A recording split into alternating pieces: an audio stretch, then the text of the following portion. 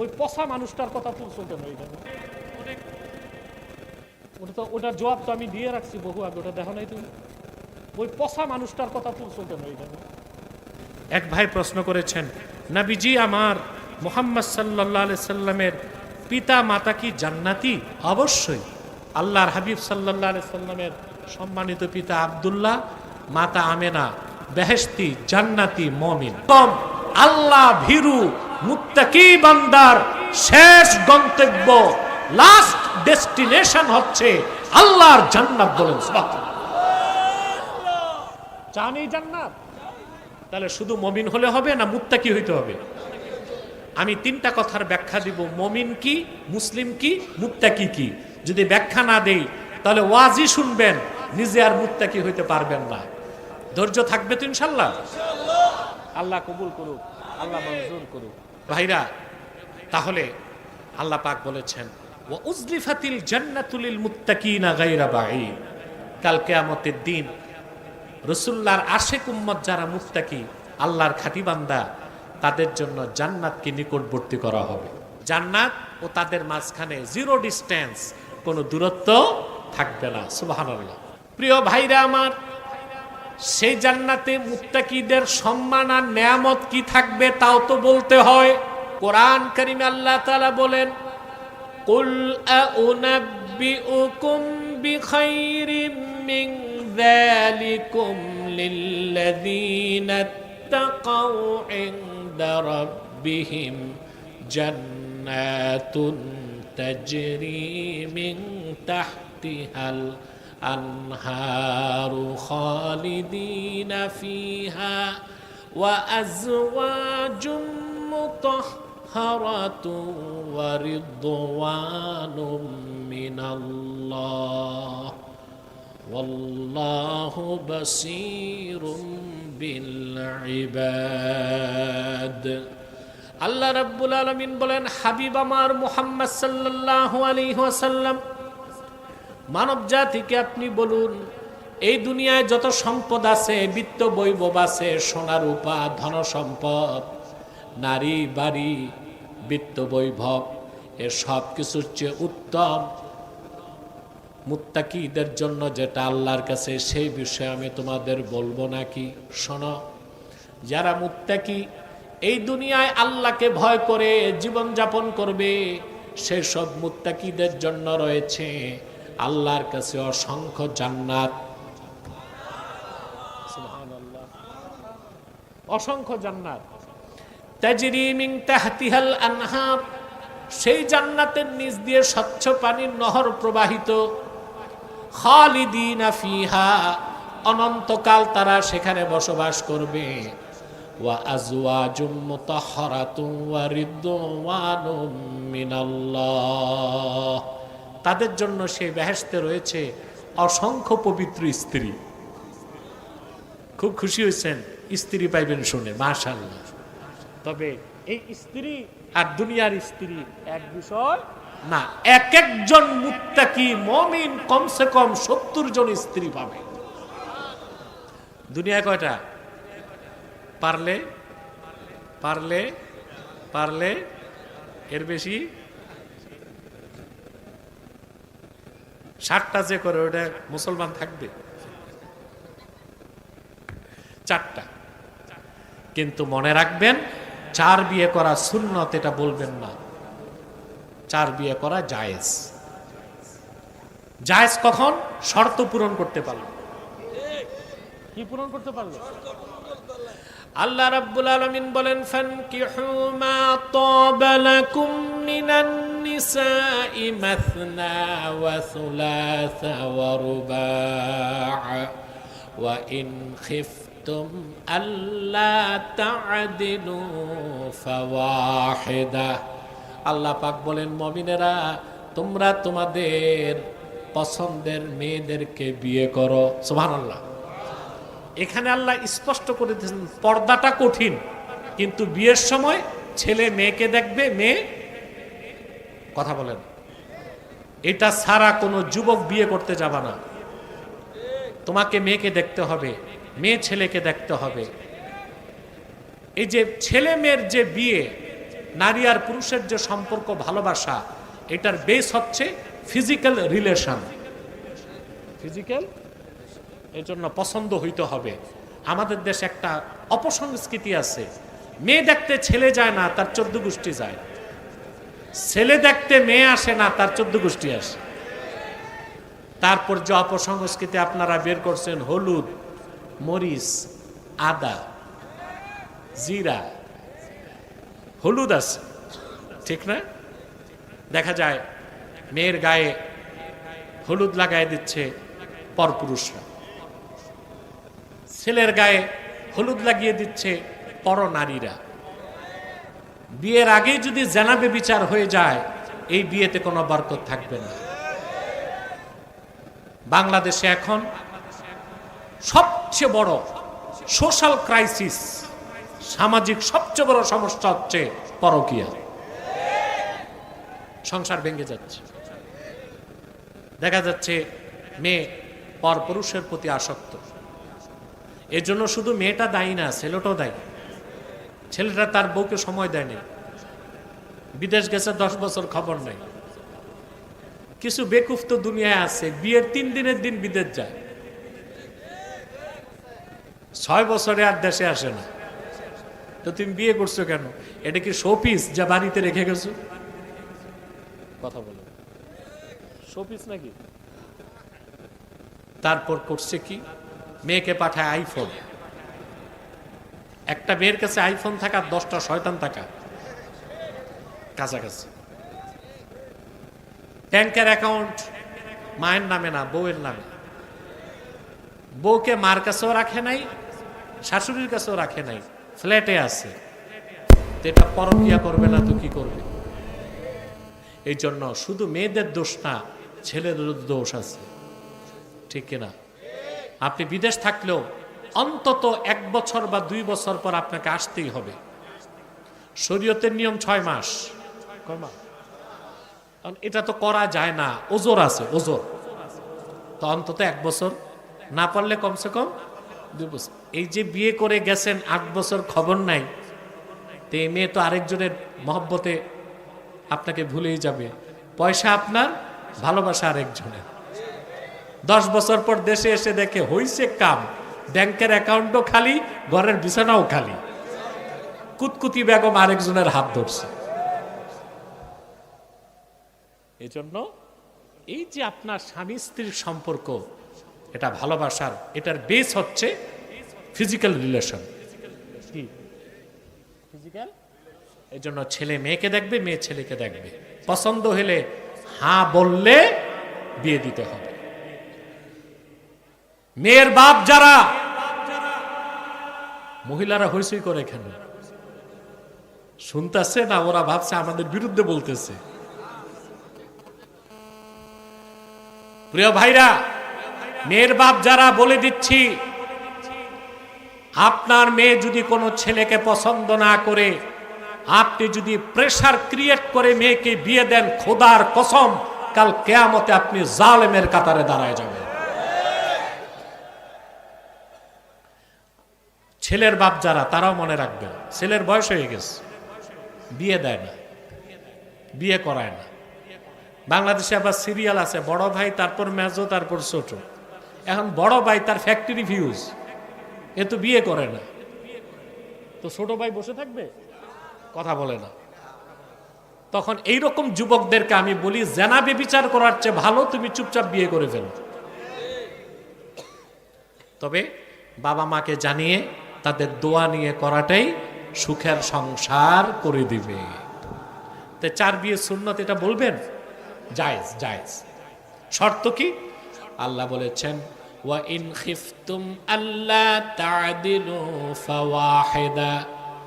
যদি একাধিক স্ত্রীর মধ্যে জাস্টিস, ন্যায় বিচার, ইনসাফ করতে না পারো, আশঙ্কা থাকে ইনসাফ করতে পারবা না, তাহলে একটা।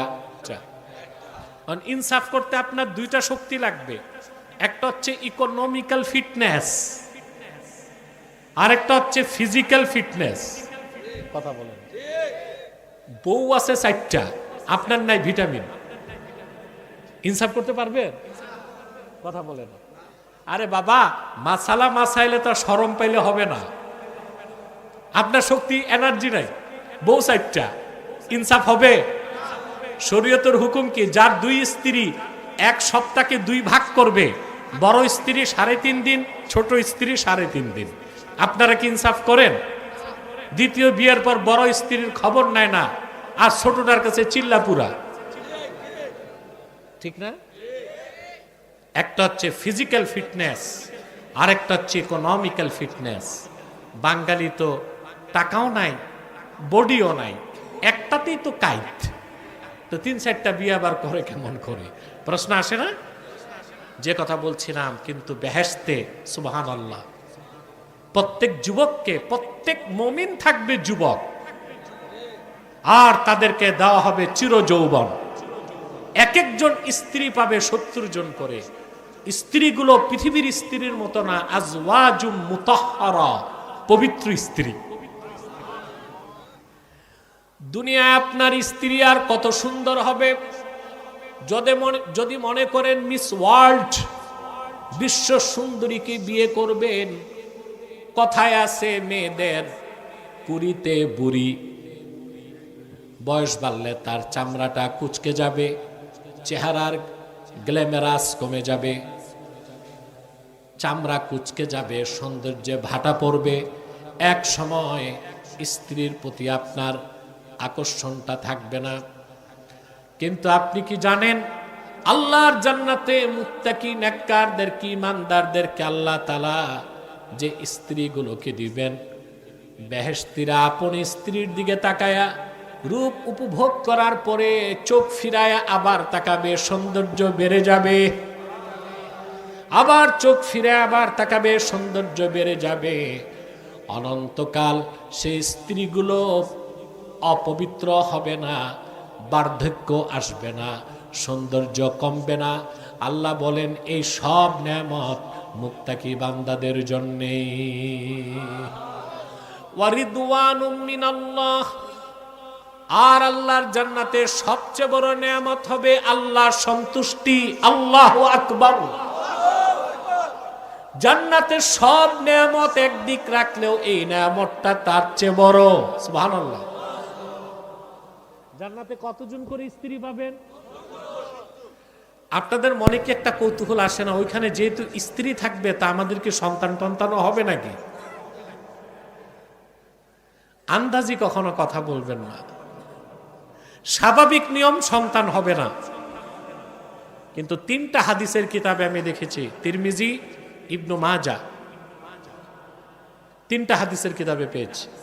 রাসূলুল্লাহ সাল্লাল্লাহু আলাইহি ওয়াসাল্লামের কাছে সাহাবায়ে কেরাম বলেছেন, আমাদের যদি সন্তান পেতে মন চায় বেহেশতে, আল্লাহর হাবিব বলেছেন যদি কারো মন চায় আল্লাহ তাকে সন্তান দিবেন। বেহেশতে তার স্ত্রীর পেটে গর্ভধারণ, সন্তান প্রসব, আর সন্তান বড় সব হয়ে যাবে এক নিমিষে, মুহূর্তে। সিস্টেমটা দুনিয়ার মতো হবে না। এটা কিন্তু হাদিস, তিরমিজি, ইবনু মাজাহ, আরেকটা হাদিসের কিতাবে দেখেছি, 3টা হাদিসের কিতাবে এসেছে। সন্তান যদি কোনো বেহেশতি চায়, বেহেশত সন্তান পাবে, কিন্তু পদ্ধতি ভিন্ন। সে সন্তান চাইলে আল্লাহ ব্যবস্থা করে দিবেন। বেহেশতে তার স্ত্রীর পেটে সন্তান আসা, গর্ভপাত এবং বড় সব এক মুহূর্তে হয়ে যাবে। বলেছেন এই বেহেশত চান? এরপর ওই বেহেশতে সবচেয়ে বড় নেয়ামত ওয়ারিদওয়ানুম মিনাল্লাহ, আল্লাহর পক্ষ থেকে সন্তুষ্টি থাকবে। বলেন সুবহানাল্লাহ। হাদিস শরীফের কোরআনের আয়াতের এই অংশের ব্যাখ্যা পাওয়া যায় সহিহ আল বুখারীতে। আল্লাহর হাবিব সাল্লাল্লাহু আলাইহি ওয়াসাল্লাম ইরশাদ করেছেন, বেহেশতে মুমিনদেরকে রিদওয়ানুম মিনাল্লাহ, আল্লাহর পক্ষ থেকে যে সন্তুষ্টি দেওয়া হবে সেটার ব্যাখ্যা হলো, জান্নাতীরা যখন জান্নাতে সব প্রবেশ করবে, আল্লাহ বেহেশতীদেরকে ডাক দিয়ে বলবেন, আল্লাহ নিজে বেহেশতীদের সামনে উপস্থিত হবেন। আসতে বললেন, আল্লাহ ডেকে বলবেন, আমার জান্নাতি বান্দারা তোমরা কি রাজি খুশি আছো আমার উপর? আল্লাহু আকবার। মালিক জিজ্ঞেস করবেন আপন দাসদেরকে, রাজি আছো আমার উপর, খুশি হইছো? সুবহানাল্লাহ। বেহেশতীরা বলবে, আয় রব্বুল আলামিন, যা চেয়েছি তা পেয়েছি, যা চাই নাই তাও তো পেয়েছি। তোমার হাবিবের উম্মত হবার কারণে সৃষ্টি জগতে আমাদেরকে তুমি যে মর্যাদা দিয়েছ, গোটা মাখলুকাতে কাউকে এত মর্যাদা দাও নাই। আল্লাহ, আমরা রাজি আছি। আল্লাহ তখন ডেকে বলবেন, আমার পেয়ারা বান্দারা শোনো, আমি ঘোষণা দিচ্ছি, এখন আমি আল্লাহ তোমাদের উপর রাজি হয়ে গেলাম, আর কোনো দিন আমি নারাজ হব না। এটাকে আল্লাহ বলেছেন, ওয়া আজওয়াজুম মুতাহহারাতু ওয়া রিদওয়ানুম মিনাল্লাহ ওয়াল্লাহু বাসীরুম বিল ইবাদ। সুবহানাল্লাহ। এই সব মুত্তাকিদের জন্য। কাদের জন্য? এখন আসেন, মুত্তাকি হব কি করে, এটা তো শিখতে হবে, ঠিক না ভাই? একটু জিকির করব মহব্বতে। জবান খুলে পড়ুন, লা ইলাহা ইল্লাল্লাহ।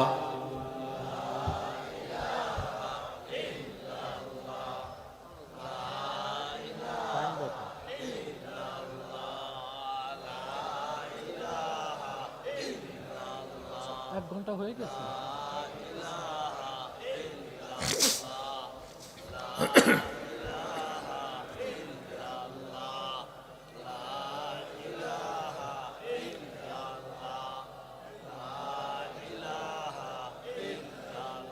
अल्लाह अल्लाह बोलो बंदे, अल्लाह अल्लाह बोलो, जिक्र अल्लाह करते हुए राहे जन्नत चलो। ला इलाहा इल्लल्लाह, ला इलाहा ইল্লাল্লাহ, সুবহানাল্লাহ।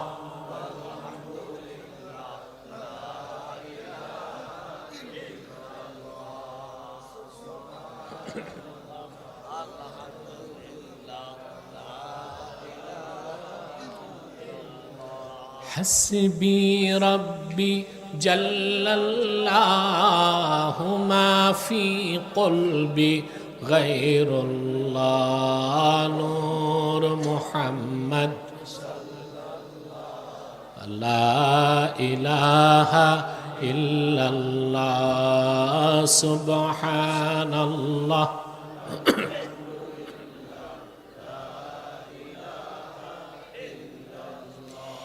লা ইলাহা ইল্লাল্লাহ মুহাম্মাদুর রাসূলুল্লাহ সাল্লাল্লাহু আলাইহি ওয়াসাল্লাম।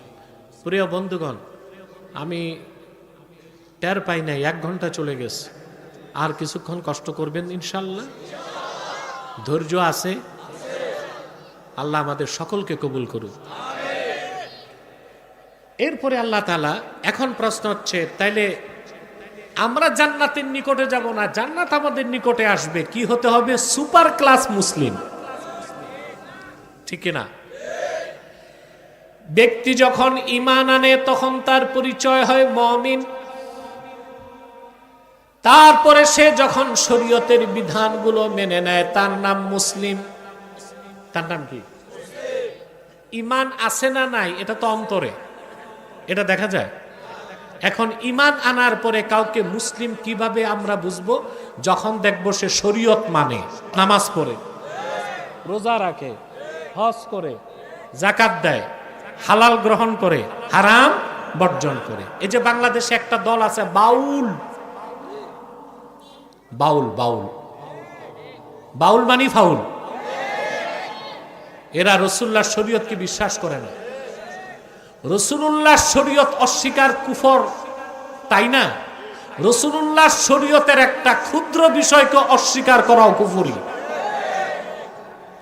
সেজন্য ঈমান আনলে মুমিন, শরীয়তের আনুগত্য প্রকাশ করলে তার নাম মুসলিম। এই যে বুঝে গেছেন, ঈমান আনলে মুমিন, শরীয়ত মানলে মুসলিম। সেজন্য আল্লাহর হাবিব সাল্লাল্লাহু আলাইহি ওয়াসাল্লাম ইরশাদ করেছেন, মান সাল্লা সালাতানা ওয়াস্তাকবালা কিবলাতানা ওয়া আকালা যাবিহাতানা ফাযালিকাল মুসলিম। ঈমান আনার পরে যে ব্যক্তি আমাদের সালাত আদায় করলো, আমাদের কিবলাকে মানলো, আর আমাদের জবাইকৃত পশুর গোশত খেলো, সে লোকটা মুসলিম। তাহলে বোঝা যায় ঈমান আনার পরে যে লোকটা নামাজ পড়ে না তারে কাফের বলতে পারি না, মুসলিম বলারও তো সুযোগ নাই।